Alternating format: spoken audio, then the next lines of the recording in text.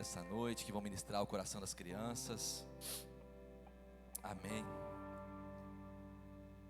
Estão animados. Prof. Sandra, olha só a turminha.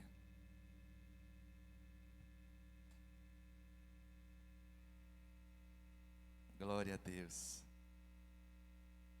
Estão vindo aí a turminha, olha só. Coisa boa. Vamos orar por esses lindos. Isso, vem também, Davi. Isso aí. Agora olha aqui, criança, olha para o pastor. Faz assim para receber essa oração aí. Todo mundo aqui olhando para o pastor, ó. Vamos receber uma oração? Então faz assim com a mãozinha para receber. Vamos orar por eles. Igreja, me ajuda a orar aqui, por favor. Pai, em nome de Jesus, eu quero abençoar, Senhor, a prof dessa noite. Quero abençoar as crianças, Pai, que esse tempo possa ser um tempo precioso, um tempo inesquecível na vida deles, Pai. Em nome de Jesus, Pai, nós sabemos, Pai, que é só um momento, é uma hora, um pouco mais, mas que o Senhor possa falar ao coração deles, Pai, deixar gravado ao coração deles a mensagem que eles vão aprender essa noite. Em nome de Jesus, usa com ousadia, com intrepidez, Pai, usa com unção a vida da Sandra, para a glória do Senhor. Em nome de Jesus oramos e te agradecemos já. Amém? Vai lá, Levi, depois você toca. Levi é o futuro baterista, né? Aleluias, glória a Deus. Eu quero convidar você que deseja ofertar, deseja dizimar nessa casa, você que pertence a essa família, já é dizimista, e você que deseja ofertar nessa casa hoje. Nós estamos muito felizes porque o apelo da semana passada, eu quero dar um feedback a vocês. O apelo da semana passada para o ar das crianças foi atendido e nós conseguimos comprar essa semana já o ar. Já está a caminho, creio que semana que vem já será instalado em nome de Jesus. Mais uma conquista para a glória do Senhor. Não é luxo, queridos, é necessidade. Nós entendemos que as crianças merecem esse ambiente, né? Aqui os ares quase não conseguem suprir, né, por conta da conta de pessoas e o calor, mas já está mais agradável do que lá dentro. Então, essa semana já arrumamos um ar da outra salinha, então vai chegar também esse ar que foi comprado. Glória a Deus pela sua vida. Só é possível fazermos essas coisas porque há ofertantes e dizimistas nessa casa. Por mais que eu tenha vontade, eu também sou dizimista, não consigo fazer sozinho. Em nome de Jesus, um dia, de repente, poderei fazer, eu desejo, mas Deus não quer fazer nada sozinho, que você faça nada sozinho. A graça de viver em corpo, né, o corpo de Cristo, a igreja, a noiva do Senhor, é que você pode fazer junto com o seu irmão. E juntos nós somos muito mais fortes, muito mais poderosos, porque esse é o propósito da noiva do Cordeiro. Então, eu quero convidar você a ofertar, dizimar essa casa, dar essa oferta. Você que vai fazer através de um Pix também, pode fazer também. A palavra do Senhor nos convida, né, a fazer com um coração grato, né? Tudo o que for fazer, faça com alegria. A palavra do Senhor nos diz, faça como ao Senhor. Então, ofertar e dizimar não é diferente. Não faça para o homem, você faz para o Senhor. Amém? Eu quero convidar você que deseja continuar aqui enquanto os meninos vão fazer esse refrão aqui dessa canção. Faça sua oferta, faça seu dízimo. Eu quero convidar a igreja a ficar de pé, porque esse é um momento de adoração também. Aquilo que nós adoramos ao Senhor, nós entregamos tudo diante dele. Amém?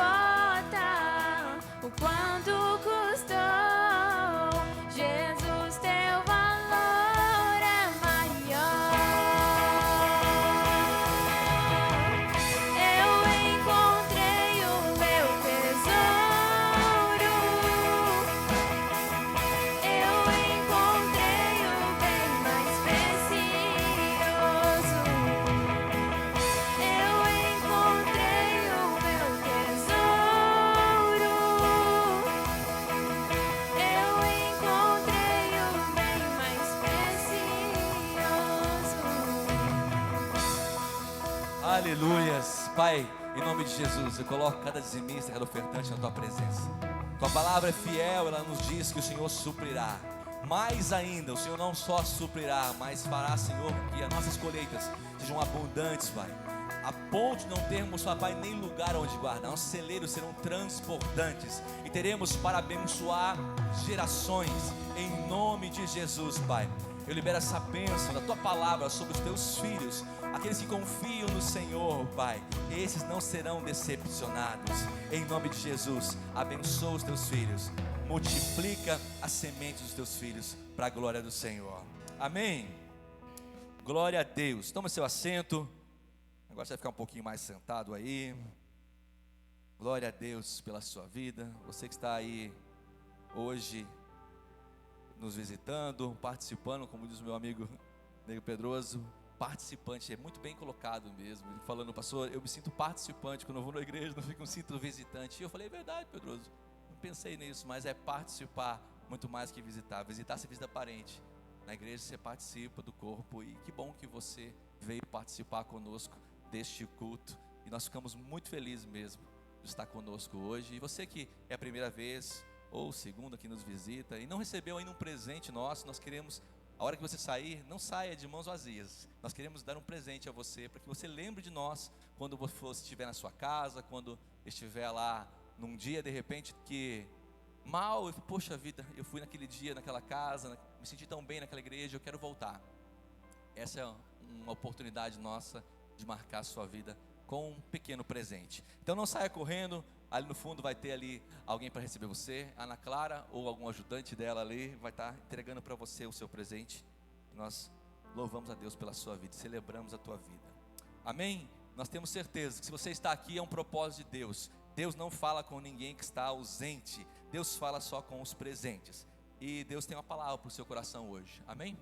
Você crê nisso? Eu creio que Deus tem uma palavra para o meu e para o seu coração hoje. E eu quero compartilhá-la com você. Mas antes, rapidamente, eu quero deixar alguns recadinhos.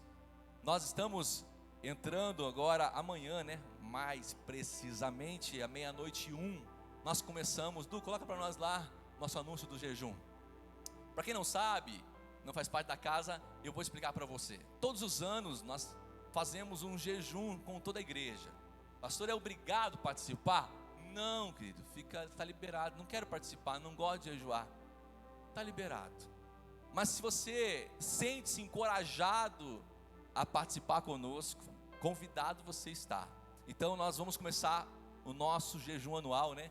Nós não jejuamos uma vez por ano, fique bem claro isso. Mas todo ano eu proporciono esse momento de jejum coletivo, como fez Josafá, como fez outros homens de Deus, quando promoveram um jejum coletivo com o reino. E nós queremos proporcionar a você um tempo de jejum.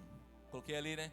Quem estava com saudade de fazer um bom jejum, vem aí nosso tempo de jejum. Nós vamos fazer 21 dias. Começa então 12:01, caso segunda-feira, né? 12:01, dia 22 já, então contando. E vai terminar dia 11/2. Tá claro? E para quem não sabe como nós fazemos esse jejum, geralmente o jejum, existe várias formas de você fazer. Eu quero deixar claro para você de forma muito sucinta: o jejum agrada ao coração de Deus. A prática do jejum é algo que está já impregnado no coração da igreja, muito antes da igreja primitiva, até mesmo a igreja de Atos. Os judeus já jejuavam 2 vezes por dia, era comum os judeus jejuarem. Essa prática, obviamente, ela se estendeu ao cristianismo. Jesus mesmo jejuou. Ele nos ensinou que após a sua volta para o Pai, nós precisaríamos jejuar. O jejum não eu sempre digo, se eu não jejuar, pastor, eu vou para o inferno? Eu acredito que não. Mas você vai ser um crente muito meia boca. Você vai ser um crente muito, muito raso. Eu encorajo você, como pastor, eu preciso encorajar você a jejuar. Por quê? Pastor, eu não gosto de passar fome, fico nervoso. Já parou para pensar que é aí que Deus quer tratar você? Pastor, se eu fico sem jejuar, eu passo mal. Então procure fazer um jejum que você não passa mal. Eu tenho problema de saúde. E eu não aconselho você a fazer um jejum se tem problema de saúde. Ah, pastor, eu tenho diabetes, eu tenho problema de hipertensão, eu não posso ficar sem comer. Eu não vou aconselhar você a fazer um jejum para prejudicar a sua saúde. Entendeu? Fique bem claro isso. Mas, se você não tem restrições médicas ao jejum, eu encorajo você a fazer.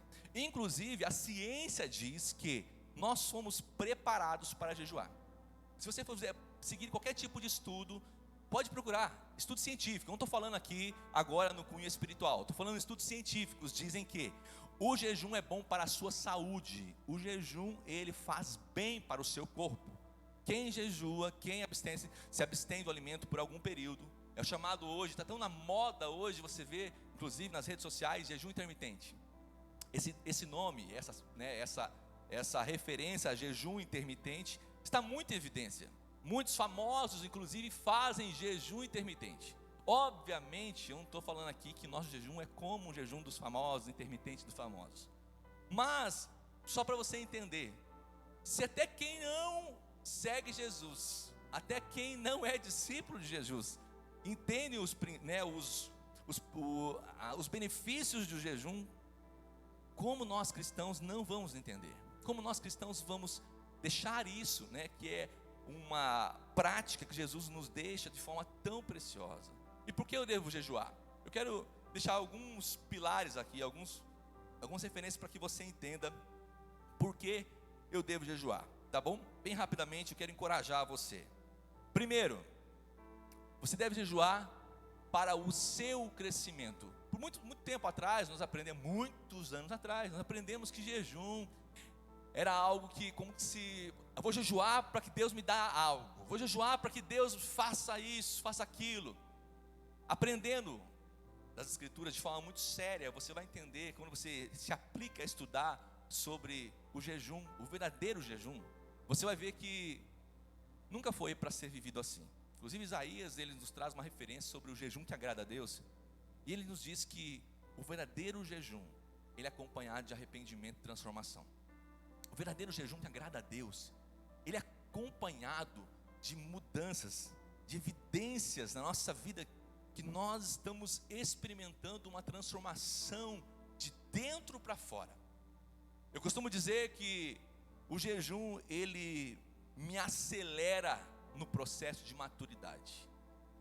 Pastor, se eu só jejuar, eu vou ficar maduro? Não, mas ele é um dos motores, propulsores, que ajuda você a amadurecer. Eu vou dizer o porquê, vou te dar umas razões que isso acontece. Porque o jejum vai mexer com a sua carne. Ao contrário que muitas pessoas pensam que o jejum começa no espírito, não, o jejum vai começar na sua carne, vai doer. Se você não é acostumado a jejuar, você vai ficar irritado, você vai ficar com raiva, se ficar sem comer, você vai ficar zangado. Aqueles que são viciados em açúcar, então, meu Deus, vai olhar para ele e vai mostrar os dentes para você. Isso mostra o quanto nós estamos envolvidos, quanto a nossa carne ela é propensa às coisas deste mundo. Nós estamos tão envolvidos, nossas entranhas estão cheias dessa cobiça pelo mundo e pelos prazeres deste mundo. Tem uma frase que eu sempre falo todo ano aqui, eu digo sempre que se você não consegue vencer um bife, você não consegue vencer Satanás. Você não consegue vencer a tentação. O jejum te ajuda e te treina a ser alguém com discernimento maior, alguém um pouco mais espiritual, porque ele mata a sua carne. Obviamente, se há uma guerra, e o apóstolo Paulo nos aconselha e nos fala sobre isso, ele diz que carne e espírito militam, ou seja, estão guerreando o tempo todo. Se a sua carne está fortalecida, como que a minha carne fica forte? Com os prazeres deste mundo. Quando não tem espaço para o mundo espiritual, para as coisas espirituais, para as práticas espirituais, a minha carne está fortalecida. E se minha carne está fortalecida, o meu espírito obviamente está fraco. Então eu vou ceder a todo e qualquer tipo de tentação. Agora, o contrário também é verdadeiro. Quando a minha carne está sendo mortificada, e uma das formas de você mortificar a carne é através do jejum. Então você mortifica a carne para que o seu espírito vivifique, fique mais fortalecido. Então eu posso jejuar, como as escrituras nos dizem. Esther dá um exemplo disso, pela salvação de alguém, pela libertação de um povo. Esther, ela faz um jejum em prol do seu povo, lembra disso? Esther 4 vai falar sobre isso. Então, algumas referências para você de propósito. Por quê? E por que causa eu posso jejuar? Porque, como eu disse, muitas pessoas pensam que jejuar é jejuar por um bem, é jejuar por uma riqueza, algo pessoal. E eu acredito que essa é a menor das conquistas do jejum. A maior das conquistas é um crescimento espiritual, é a maturidade que você e eu podemos adquirir. Como eu disse, podemos jejuar como Josafá, pela intervenção de Deus numa causa. Como Josafá, ele jejuou lá em 2 Crônicas capítulo 20. 2 Crônicas 20 diz que Josafá colocou o povo para jejuar em prol de uma intervenção de Deus. O povo estava prestes a ser vencido em guerra, eles não tinham condições de vencer aquela guerra sozinhos, e Josafá levou o povo a jejuar. Então é o meu propósito, quero ser um Josafá na sua vida, quero encorajar você a vencer muitas causas que Deus pode intervir na sua batalha, na sua luta, mas você precisa se colocar no lugar de maior sensibilidade. Outro motivo importante que você pode jejuar, estou dando alguns motivos para você jejuar, alguns propósitos para que você jejue nesse ano 2024. Você pode também jejuar por tomada de uma decisão. Poxa, pastor, eu estou prestes a tomar uma decisão importante na minha vida, no trabalho, ou às vezes é espiritual, é uma decisão que eu preciso tomar na minha vida, e eu não quero tomar isso de forma leviana, de forma precipitada. Então eu quero colocar isso diante do Senhor. Nesse tempo de jejum eu quero que o Senhor fale comigo. É um tempo de maior sensibilidade, querido, acredite. E principalmente para matar a sua carne, como Lucas diz, capítulo 4, matar a sua carne e vencer as tentações. Jesus jejuou, e quando Jesus estava no ápice, ou melhor, no momento mais frágil da sua carne, a Bíblia diz em Lucas 4, Mateus 4, que o diabo veio, mas o diabo não encontrou um homem enfraquecido, encontrou um Jesus, num corpo de homem, sujeito às limitações de um homem, mas completamente espiritual. Quando Satanás começou a tentar Jesus com as coisas que são muito, mas muito pertinentes dos homens, as quedas dos homens, ele sabia disso. Ele havia vencido o primeiro Adão, mas quando ele começa a tentar Jesus com tudo que tinha no inferno, ele é nocauteado por Jesus. Jesus, ele vence o diabo porque ele estava extremamente no ápice da sua vida espiritual. Ele estava fortalecido pelo jejum. Há muitas razões. Eu poderia passar o culto todo só dando razões para você jejuar. Se você tiver mais dúvida, pode me procurar no final do culto. Eu vou ter o prazer de ensinar você mais sobre o jejum. Mas eu preciso encorajar você. Tenha um propósito. Não jejue só por si mesmo. Jejue por alguém. Faça diferente esse ano. Eu quero encorajar você a jejuar por alguém que está afastado de Jesus.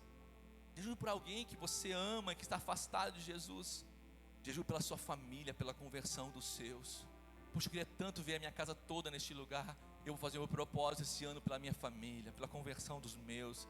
E você pode colocar o teu jejum em favor de muitas pessoas. Eu acredito que Deus, ele está ansioso em responder o nosso clamor. Gaste também esse tempo de jejum para você buscar mais a Deus. Menos tempo para comer, mais tempo para orar. Faça como Daniel. Se você tiver possibilidade, ore, gaste 3 tempos de oração durante o jejum. Daniel orava 3 vezes por dia. Pastor, eu preciso orar religiosamente? Não, mas eu estou encorajando você a crescer na sua vida espiritual. Você não tem condições de parar 3 vezes por dia para orar, mas gaste um tempo de oração, gaste um tempo na sua devocional para orar mesmo, colocar diante do Senhor o seu propósito. Mas não passe fome, pelo amor de Deus. Não vai passar fome. Pastor, estou com uma cara de limão azedo. Não faça isso. A Bíblia diz, nos encoraja, Mateus diz que não faça jejum para as pessoas perceberem que você está jejuando. Não faça cara de tristeza, pelo amor de Deus. Fique normal. Se alguém perceber, por algum motivo, use o jejum para ensinar. Alguém me disse assim: pastor, é pecado falar que eu estou jejuando? Não, Jesus falou, sabia? Porque se Jesus jejuou sozinho, como é que as pessoas descobriram e escreveram que ele jejuou 40 dias? Para e pensa. Jesus contou para alguém. Se Jesus contou para alguém que jejuou 40 dias, é porque ele estava ensinando algo através da sua vida de jejum.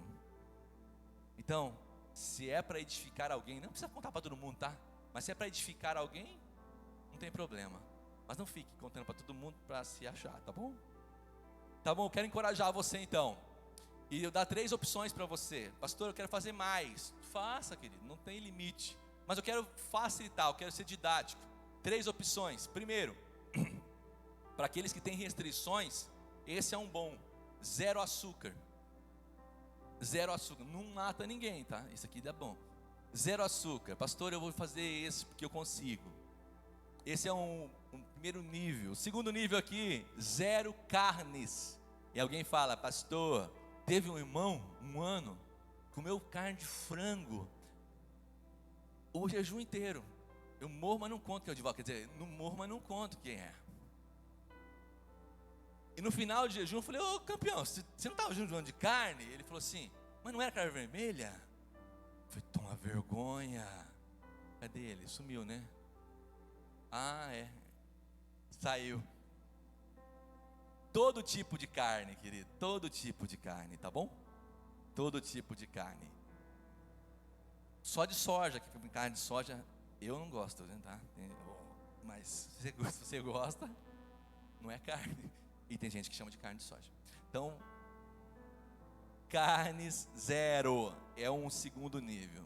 E o terceiro, que também é muito bem aceito, é muito feito, é uma refeição por dia. Vocês perceberam que eu tirei aquele da água? Estava muito fraco, né? Tomar água, todo mundo toma, né? Mas aquele de água, todo mundo... O da água, eu fazia antes também, que era bebida é só água. Mas era tão iniciante, né?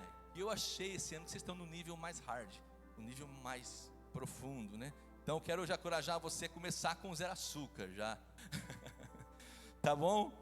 Quem tem dúvidas sobre isso, eu vou mandar isso aí mais explicadinho também nos nossos grupos, tá bom? Eu vou postar lá.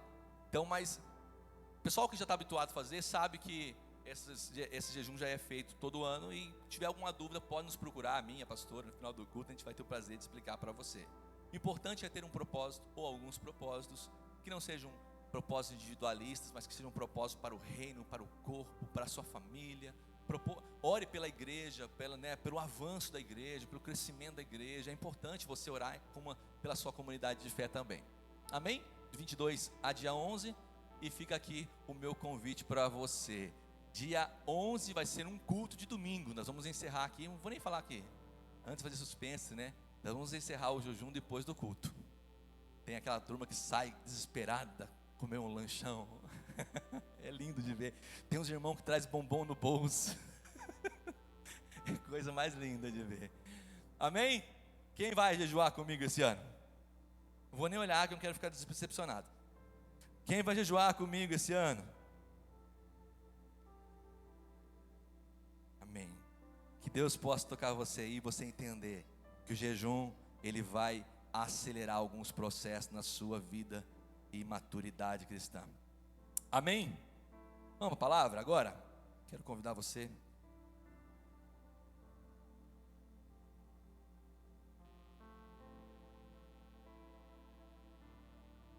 Abra sua Bíblia em Jeremias capítulo 18. Jeremias 18. Para quem está ansioso em voltar para a escola bíblica, eu comentei com você semana passada, estamos fazendo algumas reuniões de ajustes. Tivemos inclusive uma já com a diretoria, vamos fazer mais uma. E eu quero convidar você que está conosco já há mais de 6 meses, participa, é frequente nos cultos, deseja servir nessa casa. Eu quero convidar você a participar de uma reunião conosco. Vai ser dia 2 de fevereiro, ok? Vai cair numa sexta-feira. Eu vou mandar mais recados para você também lá, lembrando você dessa reunião. Eu vou anunciar, tem 2 domingos até lá. Dia 2 de fevereiro vamos fazer uma reunião daqueles que servem na casa, tá? Reunião dos voluntários, reunião dos ministérios. E eu quero convidar você então, que deseja servir, você que serve na casa, todos estão convidadíssimos, precisam participar para alguns alinhamentos. E você que deseja servir também, atendendo esses critérios ali que a gente pede, que esteja na casa servindo já há mais de 6 meses, congregando conosco. Então você é convidado também a participar para poder servir na casa do Senhor. tá bom? Vai ser um tempo muito gostoso, de muito alinhamento, mas de muita ativação da parte do Senhor. Eu estou muito feliz que algumas pessoas se dispuseram a servir conosco, algumas pessoas novas, carinhas novas, você vai ver aí servindo, isso é maravilhoso. Louvo a Deus por sua vida que está aí dizendo sim. E o retorno à escola bíblica vai ser no dia 6, terça-feira. Então dia 2 vai ser a reunião com os ministérios, e dia 6 o retorno para a escola bíblica, ok? Junto com as aulas, a semana volta às aulas. Achou? Jeremias, você pode ficar em pé? Se não puder, não tem problema, mas se você pode, eu quero que sua atenção um pouco mais, e eu quero que você se coloque em pé para a leitura inicial. Jeremias capítulo 18, verso 1.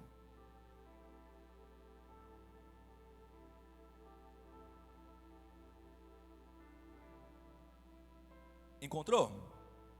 Diz assim o texto: esta é a palavra que veio a Jeremias da parte do Senhor.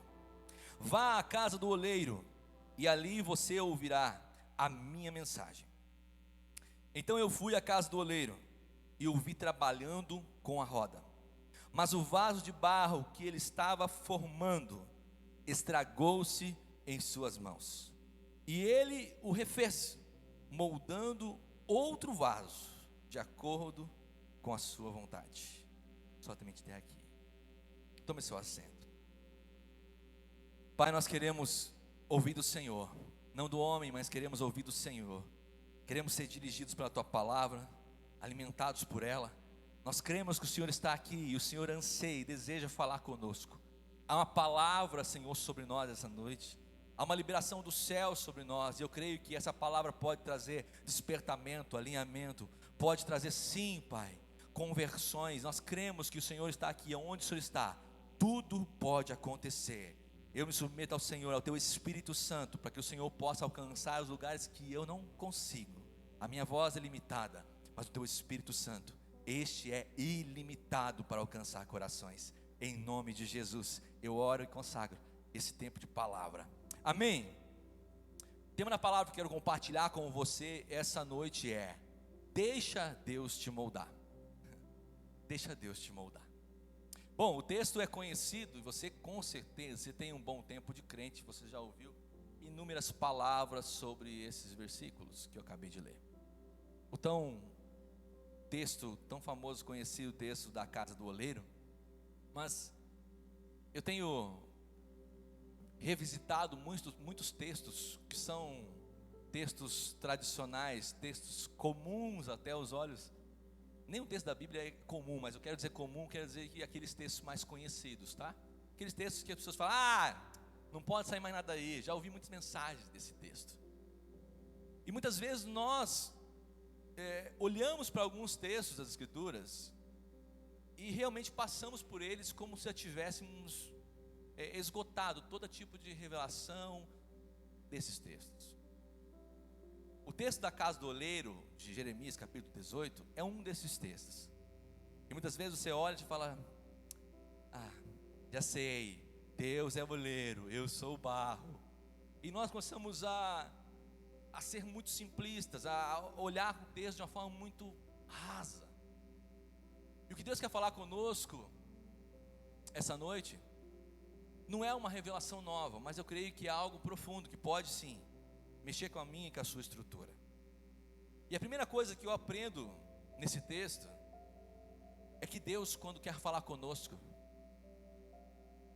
Ele não vai muitas vezes permitir que você fique correndo atrás de um profeta. Quando Deus quer falar com você, Ele se dirige a você. Infelizmente no Brasil existe muitas crendices. As pessoas, elas vêem na fé um mercado, um negócio. É comum você ver hoje as pessoas estarem na rede social. Quem já viu lá o profeta dos Pix? Faz live, e é isso. E aí diz: se você fizer um Pix, eu vou revelar algo sobre a sua vida. Gente, é assustador, mas está acontecendo. Está acontecendo. Não tem nada de espiritual nisso não. Mas por que existe o oportunista? São oportunistas. Por que existe isso? Está usando eu não vou falar nem que é inocência das pessoas, porque não é inocência para mim isso não. Porque por trás de uma suposta inocência tem alguém querendo ter alguma vantagem, sai na frente, quer uma revelação que pode mudar a sua vida. Diz aí se eu vou ganhar dinheiro em 2024. Diz aí o que vai acontecer de bom. Duvido que você dá um pix para alguém que fala assim, você vai morrer esse ano. Duvido que você vai dar um pix para alguém que realmente falasse a verdade para você. Está entendendo? Nós estamos muitas vezes vivendo um cenário que eu creio que os pais da fé jamais sonharam que nós iríamos viver. Crendices, pessoas tão rasas, biblicamente falando. É como o pastor Gott fala, nós não precisamos de um avivamento, nós precisamos de um reabibliamento. Precisamos de pessoas que voltem às Escrituras, leiam as Escrituras, porque se elas lerem as Escrituras, estudarem as Escrituras, elas não serão enganadas por nenhum tipo de falso ensino, falsos mestres, como as Escrituras mesmo nos dizem. Você vê que o Senhor fala diretamente com Jeremias. O Senhor falou diretamente com o profeta Jeremias. Ele não precisou de um mediador. Como diz um pastor amigo meu, quando Deus usa um profeta para falar comigo, tem um misto de alegria e tristeza. Acredite. Por quê? Alegria é porque Deus está falando comigo. Tristeza é porque Deus não falou para mim direto. Estou gastando pouco tempo com Deus. Estou gastando pouco tempo com Deus, porque Deus poderia falar comigo direto. Deus não precisa de mediador. Nós temos, a não ser que estou lendo uma Bíblia errada, o véu se rasgou. Todos nós temos acesso a Deus. E acredite, eu não estou aqui invalidando o profeta, gente. Eu acredito no ministério profético. Ele é ministério, está nas Escrituras. O apóstolo Paulo os valida em Efésios, dizendo sobre o ministério profético. Eu acredito nele. Deus sim usa os seus profetas. Mas o problema é trocar a sua intimidade com Deus por agora se correr atrás do profeta. E é isso que nós não podemos perder. Não podemos perder o relacionamento com Deus. Não podemos perder o acesso direto a Deus. Eu vou para um caminho mais rápido. Eu vou por ali porque o irmão ora e revela. Não, você tem acesso a Deus. Deus, quando quis falar com Jeremias, falou: desça na minha casa, vem falar comigo. Deus não falou para ele, procura alguém. Deus falou: vem falar comigo. Eu sempre digo o seguinte, eu acredito no ministério profético, mas quando Deus usa um profeta, geralmente, se você está alinhado com Deus, Ele já falou com você, Ele só confirma através de um profeta. É tão gostoso, já aconteceu comigo. Eu lembro um dia que eu estava lá no Cujariutá, são muitos anos atrás. Eu ajudava na mesa de som, não tinha ninguém para fazer, eu fazia. Eu tinha que fazer. Eu amo esse coração, que eu não sei fazer, mas se eu não tenho ninguém para fazer, eu vou me dispor, eu vou aprender.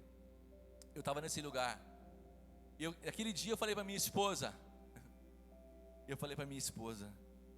amor, eu não estou feliz aqui, eu queria fazer outra coisa, mas eu vou ficar até aparecer alguém que faça. Naquela noite, Deus levantou um profeta, e ele disse: você disse isso. Deus manda dizer para você que o teu lugar não é aí, o teu lugar é aqui. Eu vivo isso hoje, muitos anos já. Mas você entende que Deus só fala aquilo que já confirma no nosso coração. Já tinha um desejo no meu coração, já tinha algo que Deus estava movendo dentro de mim, e Deus só usou o profeta para confirmar. Então a primeira coisa que você deve aprender é: Deus quer falar diretamente com você. Não terceirize a voz de Deus. Deus pode usar um profeta? Sim, mas não é primário. Deus quer usar o profeta, Ele vai usar para confirmar. Aqui é o profeta ouvindo Deus, é tão lindo. Mesmo sendo profeta, Deus diz para ele: Jeremias, vá à casa do oleiro, vá, ali você ouvirá a minha mensagem. E aqui também há uma deturpação. Infelizmente as pessoas querem ouvir o que dá prazer. Pessoas hoje não querem ir à igreja, não querem buscar a Deus para ouvir uma mensagem de alinhamento, de posicionamento, de renúncia. Elas querem ouvir o quê? Massagem para o ego. E não é isso que Deus está falando. Deus está falando: eu tenho uma mensagem para você. E a mensagem, se você for estudar o texto, a mensagem não é mamão com açúcar. A mensagem é dura, é uma mensagem dura, é forte. Deus vai falar para Jeremias que o barro é o povo de Israel, é o povo que está de vez em quando se perdendo, se afastando de Deus, e Deus precisa de novo refazer a sua obra. Deus de novo precisa refazer o vaso. Eles são sim obra na mão de Deus, mas eles precisam ser refeitos de vez em quando, porque eles dão problema, eles não submetem às mãos do Criador. Primeira coisa que eu aprendo: preciso buscar a Deus. Em primeiro lugar, eu não preciso buscar o profeta, mas preciso buscar a Deus. Segundo, eu tenho que estar disposto para ouvir a mensagem de Deus. Eu precisava disposto a ouvir o Evangelho, disposto a ouvir a mensagem de restauração, de cura, de alinhamento, de posicionamento. Eu preciso ouvir um Evangelho genuíno. Eu não preciso ficar ouvindo aquilo que me agrada. Quantas vezes nós estamos gastando o nosso tempo com aquilo que Deus não tem para nós? Eu falo que essa é a síndrome da conchinha.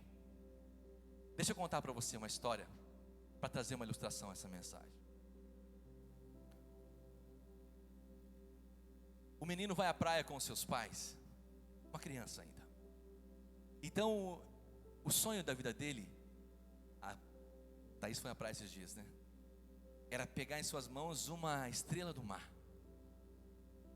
E aquele menino eufórico, cheio de alegria, ele deseja pegar aquela estrela do mar na mão, mas ele começa a passear pela praia, pela areia da praia, e ele começa a se encantar, porque ele não vê a estrela do mar, mas ele começa a enxergar algumas conchinhas que chamam a atenção dele, e começa então a pegar uma conchinha. Daqui a pouco ele pega outra conchinha, daqui a pouco outra, Marcos, daqui a pouco pega outra conchinha. E de repente ele está com uma mão cheia de conchinhas, e ele não satisfaz ainda, ele vê outra conchinha diferente, ele pega mais uma, e ele encheu as duas mãos de conchinha. Já. Mas sabe o que acontece? Não demorou muito, a estrela do mar que ele queria aparece, levada pela onda do mar, vem aos pés dele. E agora ele está em um dilema, porque agora ele tem as duas mãos cheias de conchinha. E as conchinhas tomaram o lugar do seu sonho. As conchinhas encheram as suas mãos. E foi tão rápido, porque assim como o mar trouxe, o mar levou. Ele pensou na conchinha. Ele pensou, será que dá para segurar a conchinha e a estrela? E quando ele pensou nisso, a onda levou a sua estrela. Por que eu estou contando essa história? Nós também temos essa síndrome da conchinha. Quantas vezes nós enchemos de coisas que Deus não quer que a gente acumule ou encha a nossa vida? Quantas vezes eu encho a minha agenda com coisas que Deus não tem para mim?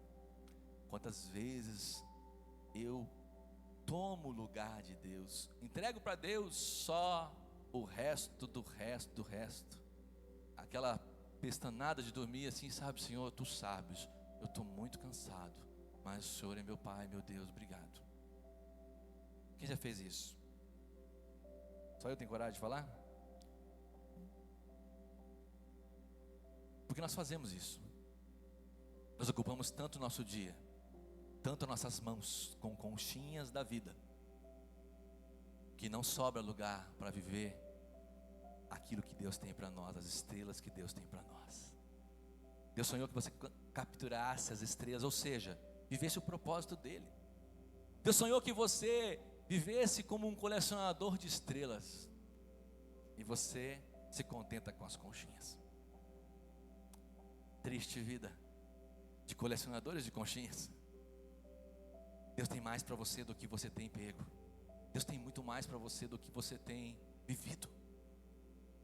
Eu tenho falado para mim mesmo, João Anderson, 2024 é um ano de viver o novo, é um ano de renúncias maiores, é um ano de você romper com muitas áreas da sua vida. Quais áreas você precisa romper? Pastor, mas que tem a ver isso com a mensagem do oleiro? Eu vou chegar lá. Estou só na introdução. É, se você é o barro, colecionador de conchinhas, você tem muita impureza nesse barro, como eu.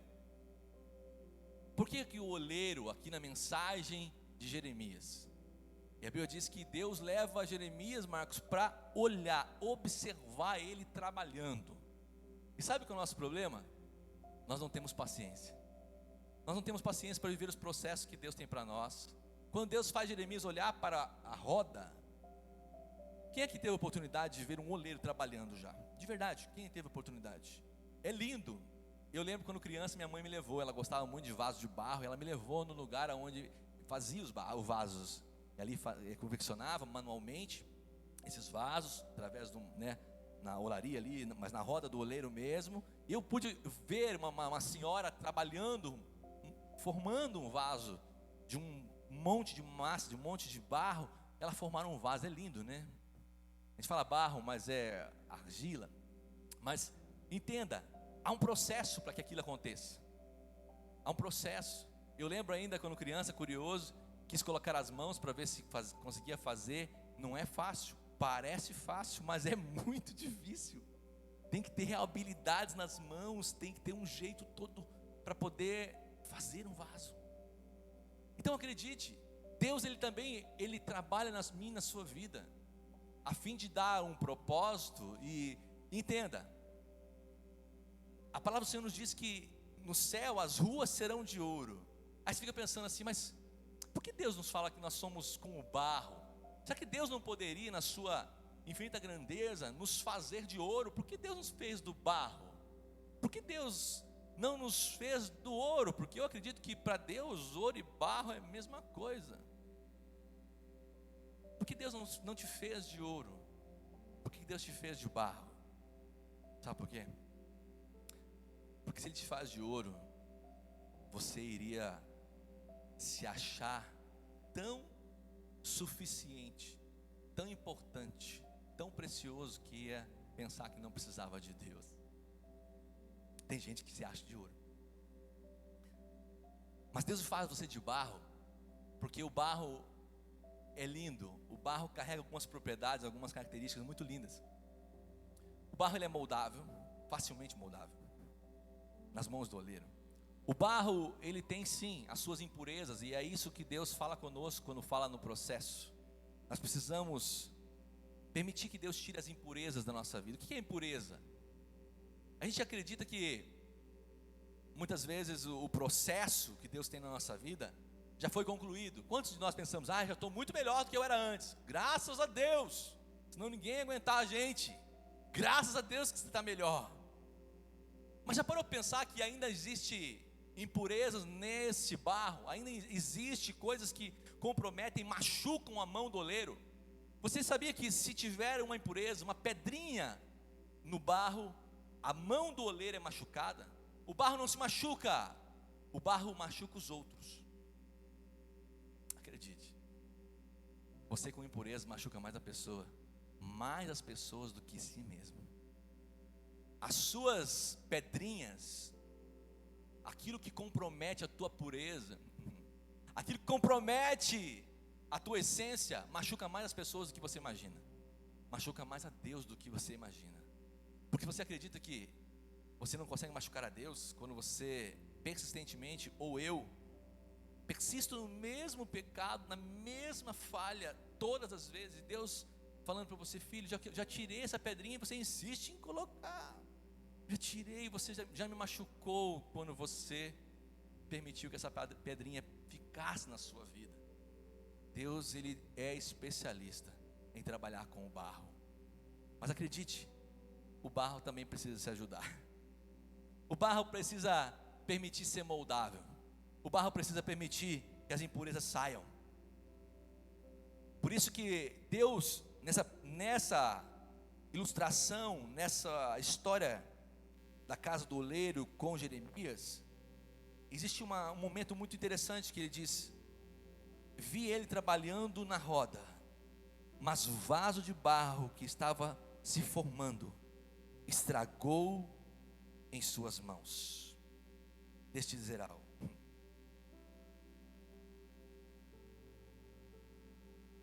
que é estragar nas mãos de Deus? Quantos de nós passamos por processos doloridos? Quantos de nós passamos por processos de dores mesmo? Há duas formas de você se estragar com o barro. Você pode se estragar nesse mundo, mas deixa eu dizer para você, o mundo descarta vasos que não têm serventia. O mundo diz: esse vaso não presta para nada.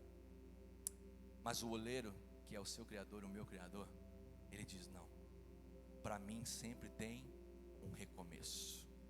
Para mim sempre tem um recomeço. E eu amo ver essa frase, ouvir, ler essa frase que diz: e o vaso estragou nas mãos do oleiro. Você poderia ter estragado no mundo, eu poderia ter me estragado no mundo, mas quando nós estragamos nas mãos do oleiro, é quando a gente pisa na bola, é quando a gente cai de novo, é quando muitas vezes escorregamos. E Deus fala: eu acredito em você, eu te fiz para ser um vaso de honra. Eu quero ler um texto com você sobre o vaso de honra. 2 Coríntios 4:7, um texto conhecido também. 2 Coríntios 4:7 diz assim: mas temos esse tesouro em vasos de barro, para mostrar que este poder, que a tudo excede, provém de Deus e não de nós. Ele nos fez vasos de barro, mas para carregar coisas preciosas. Domingo passado eu falei que tesouros nos tempos antigos eram colocados em vasos de barro. Essa prática, essa cultura é muito comum. Deus estava falando, usando essa mesma alegoria aqui em Coríntios, que Ele colocou tesouros em vasos de barro, frágeis como nós, mas nós carregamos tesouros da parte de Deus. E nós carregamos tesouros para não nos vangloriar, dizendo: olha como eu sou um vaso único. Não, Deus fala assim: você tem que entender que você é frágil, você precisa de um oleiro, você precisa de mim. Porque um vaso sem um oleiro, ele está muitas vezes correndo risco de facilmente se quebrar e se trincar. Eu lembro que meu pastor uma vez disse para mim, eu falando para ele no início da minha conversão, eu falei: pastor, mas está difícil, rapaz, quanta renúncia, está muito difícil. E ele, do jeitão dele, falou para mim assim, riu e falou assim: você não sabe o que é difícil ainda. Você vai ver que os lugares mais altos exigem mais renúncias do que você imagina. Lugares baixos, os inícios exigem renúncias, é importante a renúncia. Mas quando nós estamos num nível que já vivemos algumas renúncias, agora estamos em níveis mais altos, não estou falando de soberba, tá? Estou falando de agora eu tenho uma vida com Deus, uma caminhada com Deus. Acredite, as renúncias também permanecem, elas aumentam, e você agora tem que viver níveis de renúncias maiores. Então, ele dizia: se você acha que está difícil lidar com os inícios, você vai ver quando chegar em lugares altos, aí você vai ter que ter maturidade. Eu não entendia isso, mas hoje eu entendo o que ele queria me dizer. Se Deus coloca muita riqueza nas suas mãos, você vai ter mais problemas para lidar, mais tentações para lidar. Se você é alguém com cargo de importância, eu sou um político, você tem muito mais problemas para lidar, muito mais renúncias para fazer, muito mais escolhas assertivas a serem feitas. Lugares altos exigem renúncias maiores. Acredite, você precisa andar sempre com o seu Criador, com o seu oleiro. Não despreze o oleiro porque se sente um vaso inquebrável. O oleiro está sempre pronto para te refazer. Eu não quero jamais me afastar do meu oleiro. Quantas pessoas quebraram ao longo da história? Quantos ministérios você viu ruir? Quantos pastores televisivos que estavam aí no auge da sua fama e hoje já não estão mais. Quantos nomes! E você vê escândalos, porque o diabo ele é especialista em derrubar pessoas que estão no alto. Não que ele não se importe de derrubar aquele que está começando, mas entenda, ele não tem problema que você cresça, desde que a sua cobiça cresça junto, desde que a sua vaidade cresça junto, desde que você seja frágil. Então ele permite que você cresça, até permite que você cresça, porque ele pensa, quanto mais alto, mais pessoas eu derrubo com ele. Quanto mais alto estiver, mais estrago vai fazer. Quantas pessoas? Esses dias eu falava com a minha esposa sobre o último escândalo que eu vi de um pastor com uma influência, vamos dizer assim, mundial até. E eu falava, misericórdia, porque todos nós somos respingados. Respinga sobre toda a igreja. Infelizmente, eu não sou ele, mas respinga, porque as pessoas, infelizmente, elas têm a mentalidade de generalista, elas generalizam tudo. Ela acha que aquele pastor fez algo errado, esse pastor, ele caiu em essa área ou a outra, eu não vou citar, eu não quero dar crédito para o diabo. Mas ele generaliza, todo pastor não presta, a igreja é assim mesmo. E nós temos que dar uma resposta positiva, mostrar para uma sociedade que existe uma igreja séria. Uma igreja séria, que quer viver o evangelho de transformação dia após dia. E é sobre isso. Jeremias fala sobre isso, a disposição que você tem para ser moldado. Será que esse ano 2024, Deus não precisa moldar você em algumas áreas que existem algumas pedrinhas para ser tiradas ainda, para que o molde seja terminado, para que ele continue te fazendo um vaso de honra? Será que ainda não há resquícios do mundo, de uma mentalidade mundana na sua vida? Todos nós estamos vivendo processos. Ninguém está pronto, porque o dia que você estiver pronto, Deus puxa você. Você não está pronto, só estaremos prontos na glória. A Bíblia diz que é como a luz da aurora. Nós estamos no processo. Só que você precisa permitir que Deus trabalhe na sua vida. Você precisa permitir que Deus trabalhe na sua vida. Acredite, como a Aline falou no início do culto, muito pertinente o que ela disse. A bênção está no descanso, não no descaso. A bênção de Deus está no descanso nele, não no descaso. Quando você e eu vivemos por descaso, ou seja, não damos valor naquilo que Deus quer que valorizemos, andamos de qualquer jeito com Deus, é um descaso. Então a bênção não acompanha. A bênção está em descansar em Deus. E acredite, descansar não é pedir que Deus faça tudo por você. Descansar em Deus é confiar nele, nos planos dele, fazendo a sua parte, mas descansando nele, sem ansiedade, sem perturbação.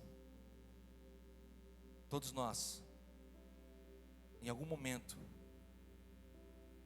precisamos ser tocados pelo orelho. Todos nós, todos nós. Você parou para pensar quantas vezes na Bíblia está escrito que o Senhor, Ele é o seu Salvador? Eu vou dizer a você, só no Novo Testamento diz que o Senhor é o seu Salvador 22 vezes. Só no Novo Testamento diz que o Senhor Jesus é seu Salvador 22 vezes. 22 vezes. Isso é muito forte, né? Só quantas vezes está escrito que Ele é o seu Senhor só no Novo Testamento? 650. Você precisa de um Senhor oleiro, um Senhor que governa a sua vida, um Senhor que diz para você que você está indo para o caminho errado e você precisa voltar. Você precisa de um Senhor. Você não precisa somente de um Salvador. Todos nós precisamos da graça, sim, é verdade. Mas você precisa de um Senhor na sua vida. E acredite, esse Senhor é maravilhoso. viver debaixo do senhorio de Deus é maravilhoso. É uma vida sem escravidão do pecado. Ter Jesus como Senhor é viver a confiança que Ele faz as melhores escolhas para mim. As melhores escolhas. O ano está só começando. Eu não sei quais serão os seus propósitos de jejum. De verdade, eu não sei. Eu gostaria que você pensasse mesmo e colocasse isso como prioridade na sua vida. Como teu pastor, eu quero te aconselhar. Não descarte o reino. Já falei isso aqui. Quando a Bíblia diz buscar em primeiro lugar o reino de Deus e a sua justiça, Ele não está dando um conselho qualquer. É uma direção. Onde está o reino de Deus na sua vida? Onde está o reino de Deus na sua vida? Se o próprio Deus diz em primeiro lugar. Quando Ele diz buscar o primeiro lugar, o reino de Deus, Ele está falando que o reino tem um Senhor e Rei.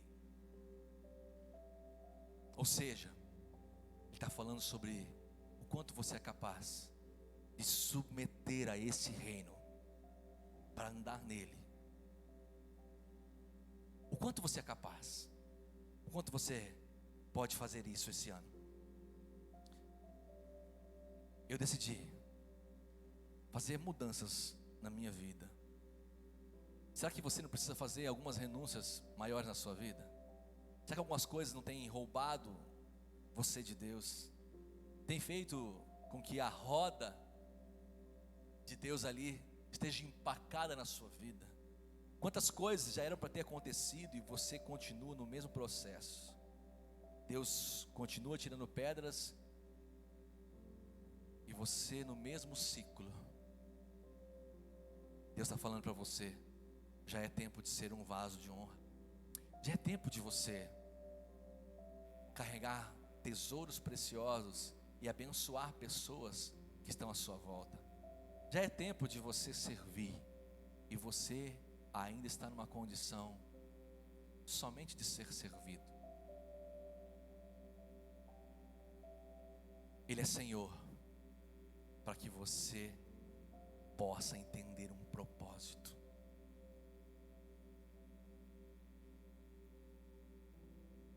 Tem 150 vezes. É para que você reflita. Você precisa de um Senhor.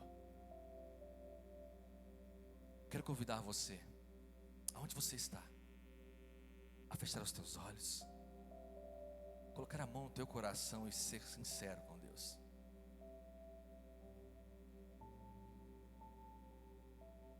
Nós estamos num ambiente da presença do Senhor. Esse ambiente é um ambiente de transformação, é um ambiente de renúncia, é um ambiente de adoração, mas também é um ambiente de quebrantamento. É onde eu rasgo meu coração e digo: Senhor, eu quero viver um ano diferente. Eu quero e vou viver um ano extraordinário. Mas não é só da boca para fora. Eu quero fazer renúncias extraordinárias. Eu quero permitir que o Senhor me molde. E se por algum motivo eu estragar nas suas mãos, eu vou dizer: Pai, que bom que eu estraguei aqui, não foi no mundo. Tem muita gente que está no processo, nas mãos de Deus, que pensa em desistir, mas eu quero dizer para você: se você estragou nas mãos de Deus, Ele é fiel para te consertar e fazer de novo. Eu não sei o que estragou você, eu não sei qual foi o motivo que você estragou nas mãos do oleiro, mas eu quero dizer para você que Ele não desiste de você. Ele não desiste de você. Ele quer que você entenda que você foi feito para carregar coisas preciosas. Ele te fez como um vaso de barro, mas não um vaso qualquer, um vaso que carrega o maior de todos os tesouros. Jesus é o maior tesouro que você pode carregar. Tem pessoas ansiosas em te conhecer, Tem pessoas que precisam conhecer você, porque você carrega o Jesus que elas precisam. Não se diminua. Tem muita gente terceirizando, dizendo: eu preciso apresentar alguém para o meu amigo, para minha amiga, alguém que seja mais espiritual. Deixa eu dizer para você, é você que o seu amigo, a sua amiga, o seu pai, a sua mãe, os seus filhos precisam ver transformados. Esse é um ano de renúncia, é um ano de transformação, é um ano de evidenciar a graça e a transformação que só pode vir de Deus e a manifestação do seu reino nessa terra. Por isso há um clamor por aqueles que vão ser transformados, vão sacudir o mundo. Há um clamor. O próprio Senhor Jesus diz: olhai a seara, veio os campos estão maduros. Há uma urgência em que você submeta ao processo e amadureça nas mãos do oleiro. Há uma urgência nos céus e na terra por filhos e filhas que ouçam a voz do seu Senhor e digam: eu quero viver esse processo. O Senhor pode tirar tudo que é impureza, tudo que é pedra que tem ainda em mim. Assim como o Senhor fez com Pedro, se o Senhor fez com Pedro, o Senhor faz comigo. Ah, Senhor, faz comigo. Toca a minha vida, transforma. Muda, Senhor Deus, o meu caráter. Será que você pode ser sincero com o Senhor essa noite? Enquanto o Dani toca essa canção, eu quero que você remeta a sua vida com Deus, sim, aos processos que você já passou e aqueles que você precisa passar. As mãos do oleiro Tu és minha vida, podem te tocar essa noite. Jesus, és meu amigo, e a tua vontade, doce Espírito, meu alimento.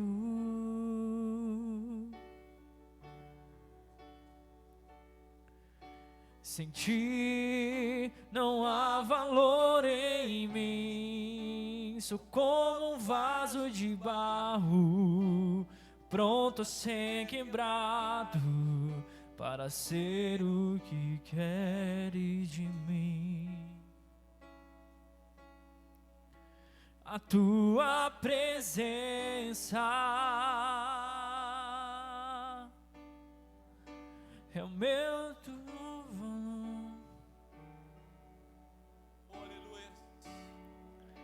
A tua presença é o meu maior valor.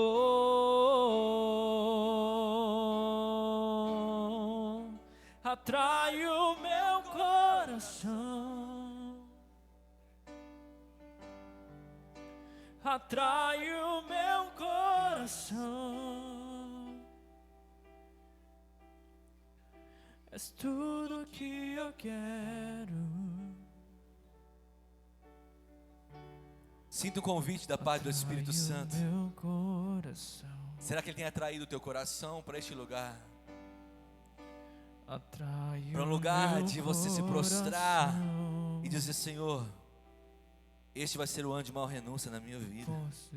Esse vai ser o ano que o Senhor vai me tocar, Senhor, como nunca antes. Que eu vou permitir que seja moldado.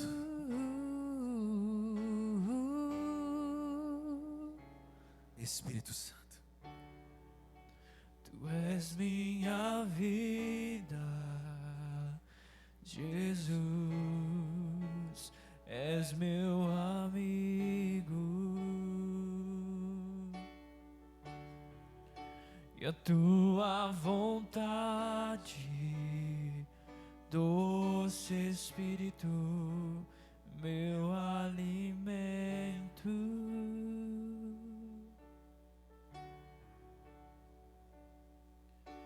Sem ti não há valor em mim. Sou como um vaso de barro, pronto a ser quebrado, para ser o que queres de mim.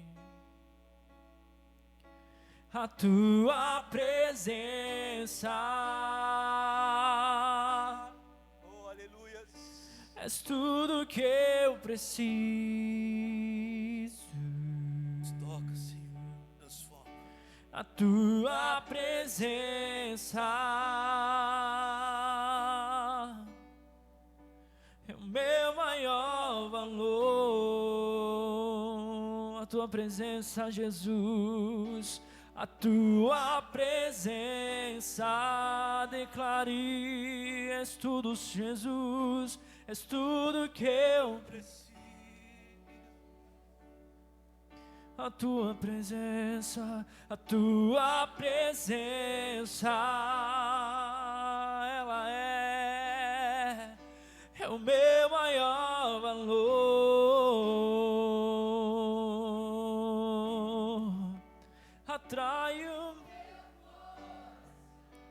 Atrai Jesus, atraio.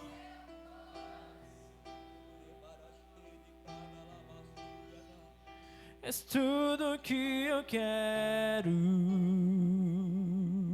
és tudo que nós queremos. Atraio, atrai, Senhor, atraio.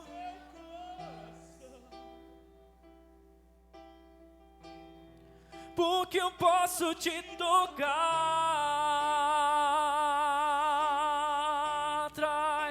Atrai o meu. Oh, atrai, Senhor, atrai o.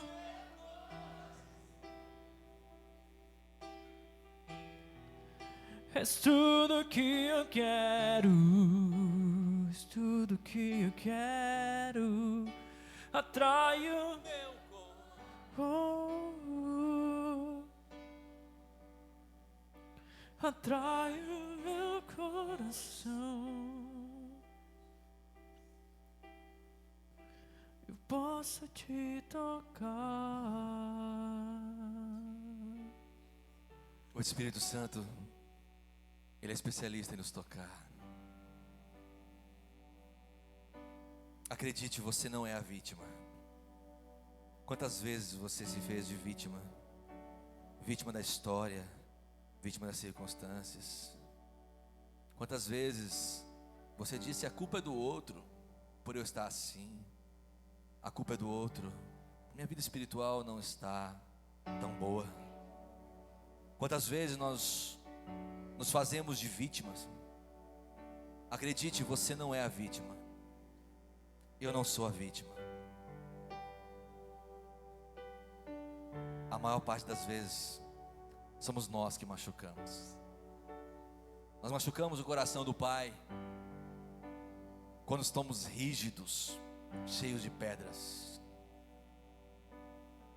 Nós machucamos o coração do Pai quando o nosso orgulho não cede.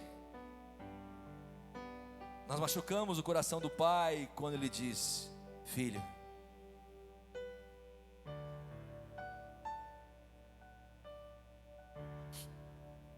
eu preciso que você ceda, que você se entregue.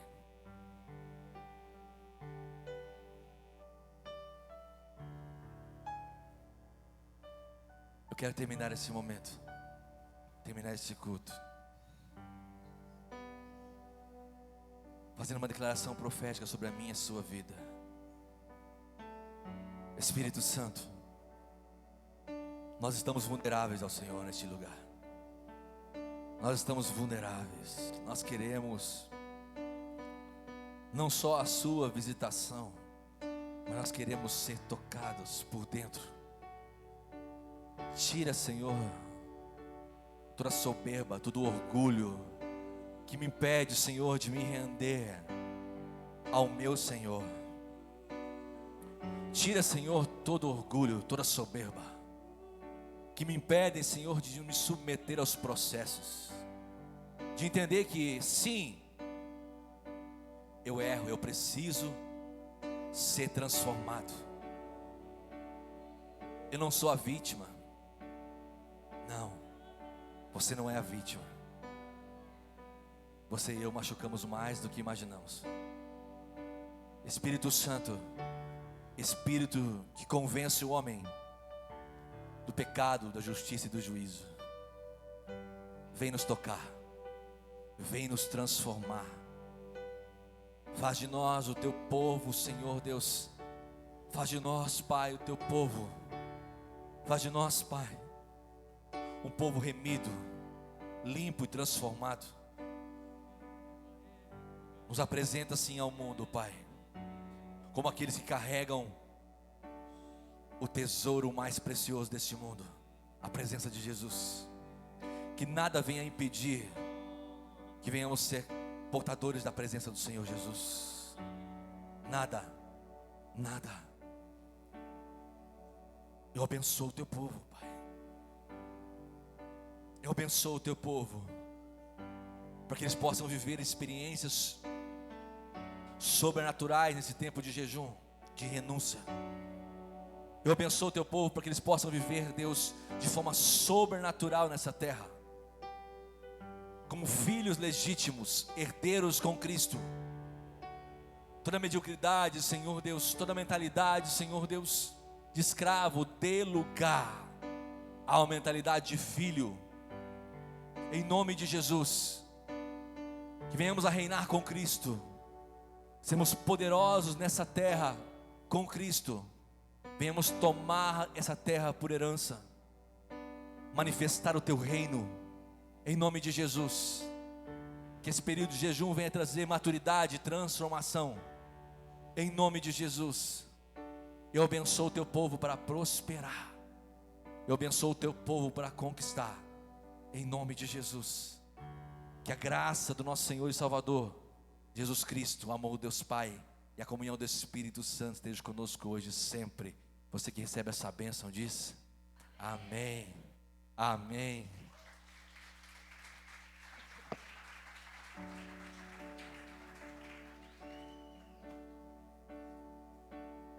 Não saia correndo. Converse com o irmão que você não conversou ainda.